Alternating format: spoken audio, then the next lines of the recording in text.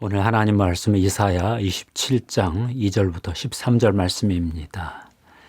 그날에 너희는 아름다운 포도원을 두고 노래를 부를지어다. 나 여호와는 포도원 지기가 되며 뜻대로 물을 주며 밤낮으로 간수하여 아무든지 이를 해치지 못하게 하리로다. 나는 포도원에 대하여 노함이 없나니 찔레와 가시가 나를 대적하여 싸운다 하자 내가 그것을 밟고 모아 불사르리라. 그리하지 아니하면 내 힘을 의지하고 나와 화친할 것이니라. 후일에는 야곱의 뿌리가 박히며 이스라엘의 움이 돋고 꽃이 필 것이라. 그들이 그 결실로 지면을 채우리로다. 주께서 그 백성을 치셨던들 그 백성을 친 자들을 치심과 같았겠으며 백성이 죽임을 당하였던들 백성을 죽인 자가 죽임을 당함과 같았겠느냐. 주께서 백성을 적당하게 견책하사 쫓아내실 때에 동풍 부는 날에 폭풍으로 그들을 옮기셨느니라. 야곱의 불의가 속함을 얻으며 그의 죄 없이 함을 받을 결과는 이로 말미암나니 곧 그가 제단의 모든 돌을 부서진 횃돌 같게 하며 아세라와 태양상이 다시 서지 못하게 함에 있는 것이라. 대저 견고한 성읍은 적막하고 거처가 황무하며 버림받아 광야와 같은즉 송아지가 거기에서 먹고 거기에 누우며 그 나무 가지를 먹어 없이 하리라. 가지가 마르면 꺾이나니 여인들이 와서 그것을 불사를 것이니라. 백성이 지각이 없으므로 그들을 지으신 이가 불쌍히 여기지 아니하시며 그들을 조성하신 이가 은혜를 베풀지 아니하시리라.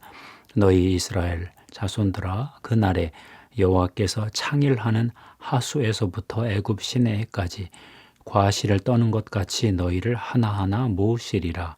그날에 큰 나팔을 불리니 아수르 땅에서 멸망하는 자들과 애굽 땅으로 쫓겨난 자들이 돌아와서 예루살렘 성산에서 여호와께 예배하리라. 아멘.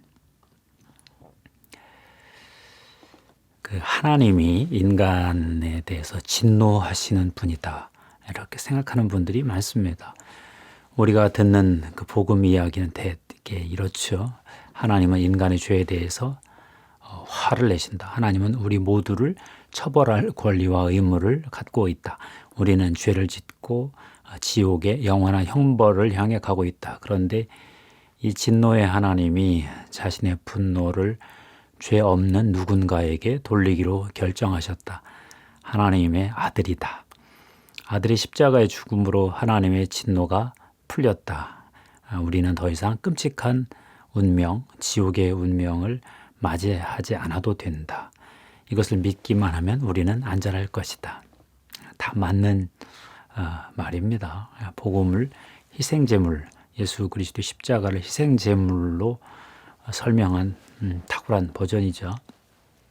그런데 문제는 하나님을 진노하는 분으로 보는 이들은 신앙을 예수 믿고 죄 용서받고 천국 가는 아주 단순한 문제로 축소시키는 경향이 있습니다.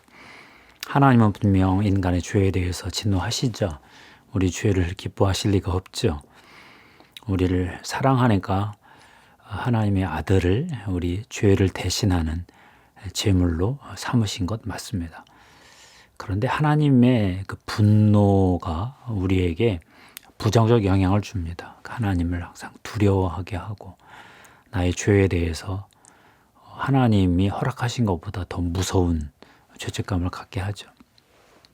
더 나쁜 것은 신앙이 천국 가는 문제로 축소가 됩니다. 이 땅에서 어찌 살든 천국만 가면 된다, 이런 식의 오해도 만들고요.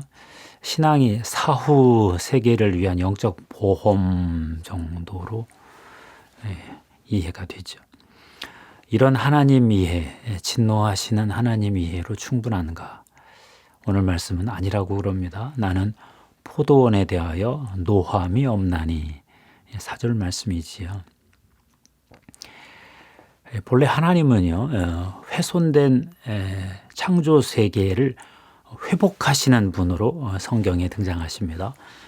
창조하셨는데 인간이 타락해서 훼손시키니까 다시 이스라엘을 불러서 창조 세계를 회복하시려고 하는데 이스라엘이 또 배교를 해서 지금 어려운 상황이죠. 여기서 지금 이사야 선지자가 말씀을 전하고 있습니다.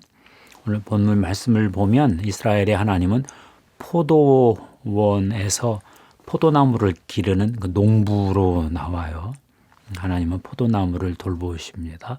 물을 주고 밤낮으로 간수하고 보호합니다. 그날에 너희는 아름다운 포도원을 두고 노래를 부를지어다. 나 여호와는 포도원 지기가 되며 때때로 물을 주며 밤낮으로 간수하여 아무든지 이를 해치지 못하게 하리로다. 2절 3절 말씀입니다. 하나님은 포도원에서 하나님의 농사를 방해하는 그 대적하는 찔레하고 가시를 밟고 모아 불사르시겠다고도 했지요. 4절. 또 하나님은 죄 지은 이스라엘 백성들을 견책하신다는 말씀도 했어요. 이스라엘이 하나님과 우상, 아세라, 태양상 이런 것들 같이 섬기니까 하나님이 견책을 하실 것이다. 못 본 척 하시지는 않지만 다시 포로 생활에서 돌리실 것이다. 그랬습니다.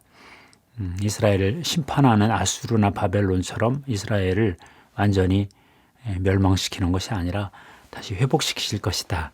이런 거죠. 야곱의 불의가 속함을 얻으며 그의 죄 없이 함을 받을 결과는 이로 말미암나니 9절 말씀에 이렇게 죄 없이 함을 용서를 받을 거다.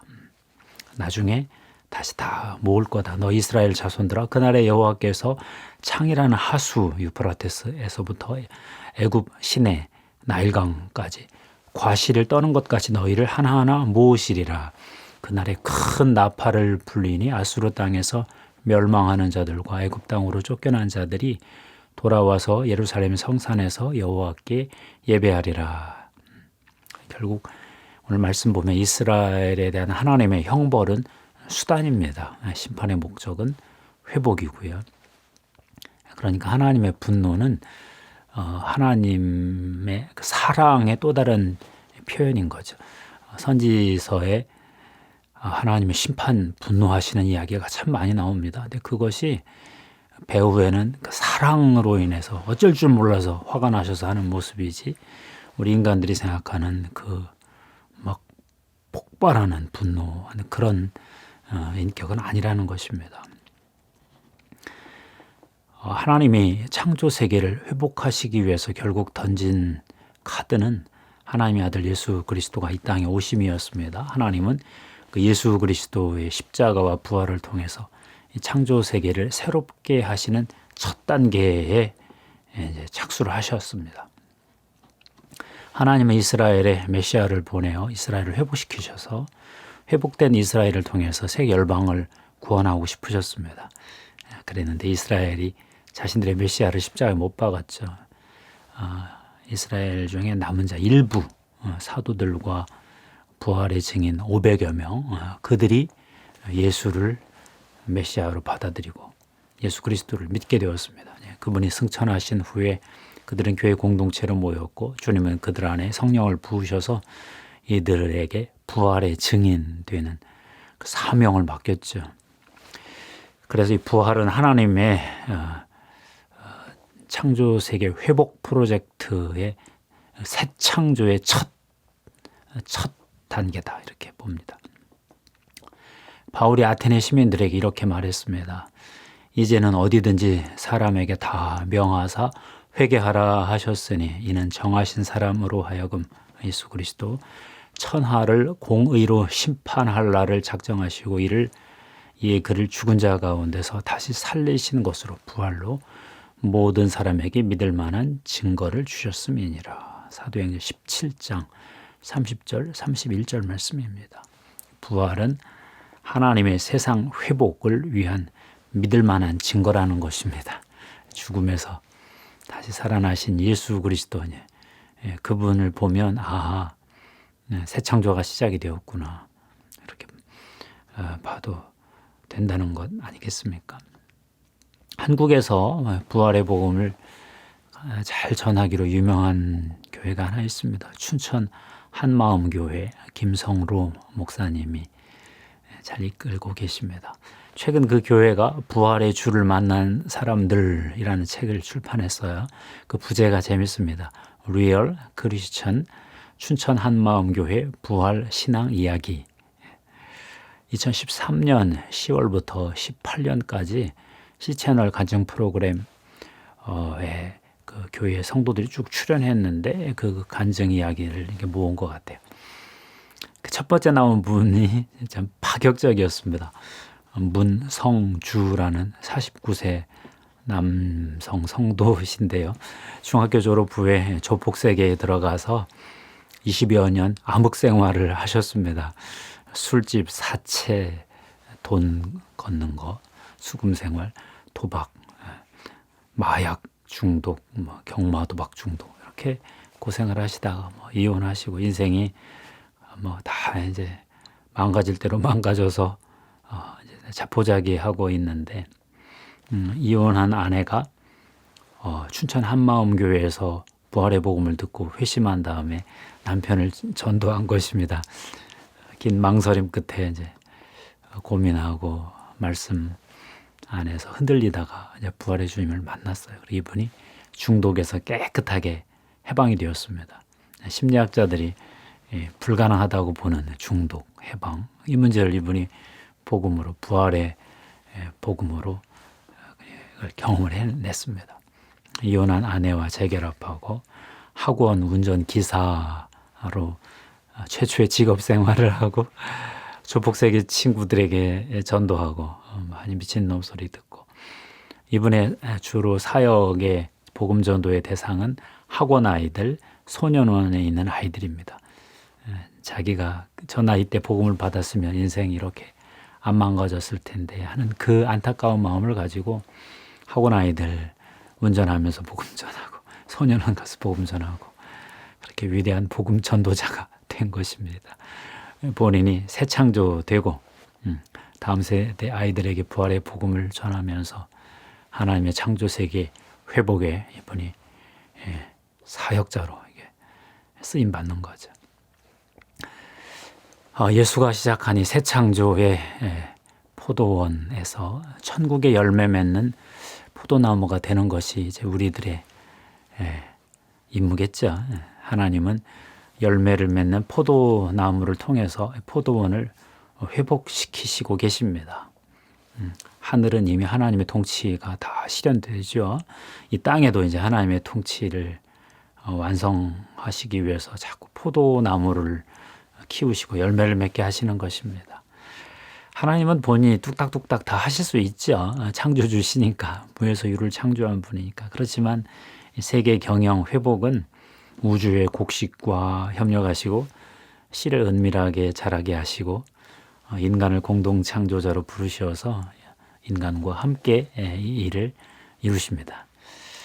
예수 그리스도 그분도 본인이 직접 하시지 않고 제자들 부활의 증인 삼아서 그들을 통해 하나님 나라 전체의 포도원을 그분이 경작하고 계신 거죠. 하나님은 결국 우리 이 포도나무의 결실로 온 세상의 지면을 채우셔서 하나님의 세상 회복 프로젝트, 이 세계 경영, 세계 구원의 완성을 도모하실 것이다. 원래 창조하신 그 뜻을 이루실 것이다. 그것이 성경의 핵심입니다. 8.15만 되면 나라 걱정이 많습니다. 일제가 망했다고 저절로 독립되는 것도 아니고 독립을 했다고 제대로 된 나라를 세우는 것은 더 큰 문제고 되게 역사가들 이야기 들어보면 우리나라는 6.25 이후에 공산주의와의 싸움에서 정체성을 획득을 하고 국민들이 이 나라는 내 나라다 하면서 스스로 나라를 지키기 위해서 뭉쳤을 때 그때 민족국가가 되었다 이렇게 해석을 합니다. 옛날에는 왕가 고종의 나라였잖아요. 그전에는 또 양반들의 나라고. 근데 이제 보통 일반 평민들이 시민들이 내 나라다. 이게 6.25 이후라는 거죠. 미국 교회를 그 정치 지형적으로 분석을 해보면 세 부류가 있다고 그래요. 기독교 우파, 기독교 좌파, 경건주의 제세례파. 기독교 우파는 질서를 유지하려고 그러죠. 창조주 질서, 기독교 문명 질서. 기독교 좌파는 정의, 평등 이런 것을 추구를 합니다. 경건주의 제세례파는 거룩을 추구하면서 어떤 정치 세력하고 어울리지 않으려고 어떤 평화주의, 비폭력 이런 거 합니다. 단 하나님을 믿어도 정치 참여 형태가 이렇게 다르다는 거죠. 우리나라는 그 경건주의 신제세례파는 적은 편입니다. 전쟁 나면 다 가지 비폭력하기가 쉽지 않잖아요. 기독교 좌파들이 소수 있지만 그렇게 많지는 않아요. 기독교의 정치 지형도는 우파들이 좀 많은 것 같습니다.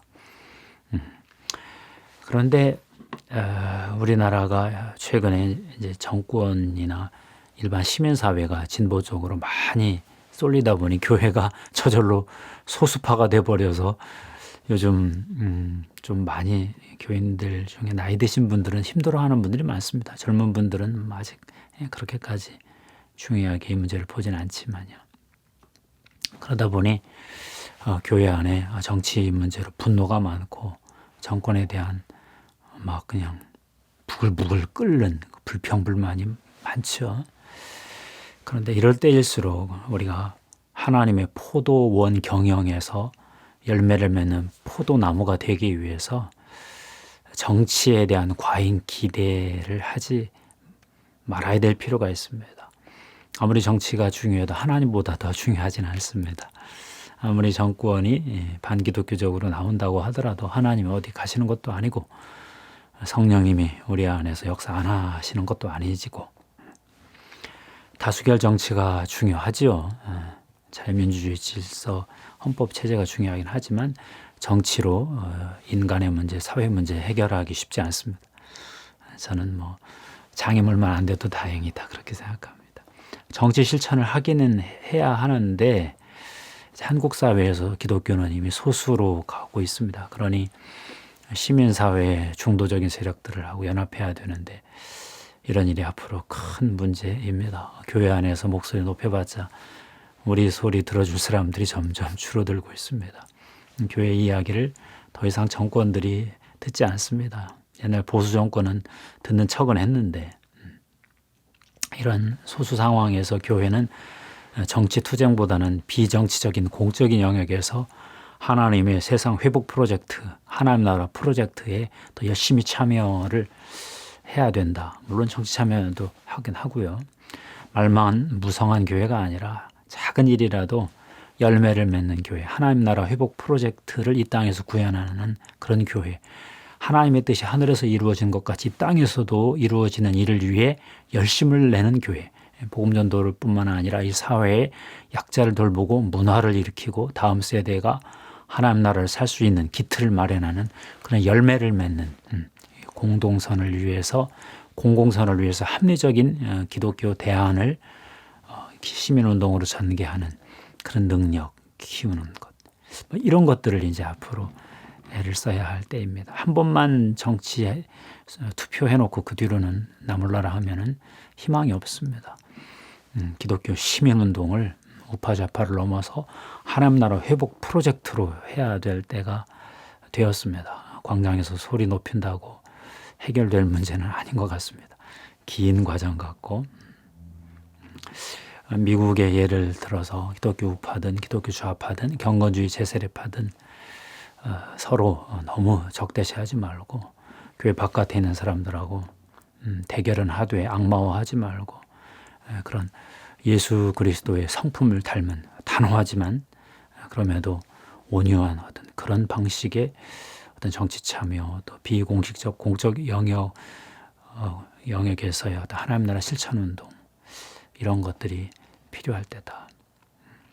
한국교회가 세계 선교회에 계속 한 축으로 참여하기를 바라고 동시에 이 한반도 땅에 하나님 나라 정의와 평화, 샬롬 이런 가치들을 실현하는데 우리 교회가 조금 더 열매를 거두었으면 좋겠어요. 이 땅에서 하나님 나라 이루는 문제가 중요합니다. 단순히 천국 가는 문제만 중요하지 않고 이 땅에서 천국을 이루는 문제가 더 중요한 때가 이제 진짜 왔다 싶습니다. 하나님께서 우리 모두를 축복해 주시고 능력을 주시고 힘을 주시기를 바랍니다. 기도하겠습니다. 하나님 감사합니다. 하나님이 이 포도원이라는 세계를 경영하시면서 우리를 각자 적당한 곳에 포도나무로 심어주시고 열매를 기대해 주셔서 감사합니다. 잘 포도나무 열매를 결실을 맺게 해주시옵소서. 하나님, 이 땅이 어렵습니다. 그렇지만 하나님은 분명히 해법도 알고 계시고 나아가는 과정도 이미 다 주님께서 섭리하신다 믿습니다. 우리에게 예수 그리스도의 보혈의 능력을 주시고 부활의 능력을 주시고 성령의 열매와 은사를 주셔서 이 땅에 하나님 나라 열매를 맺어 지면에 널리 풍성히 어떤 퍼뜨리는 그러한 일에 성공하게 해주시옵소서. 감사합니다. 우리 주 예수님의 이름으로 기도합니다. 아멘.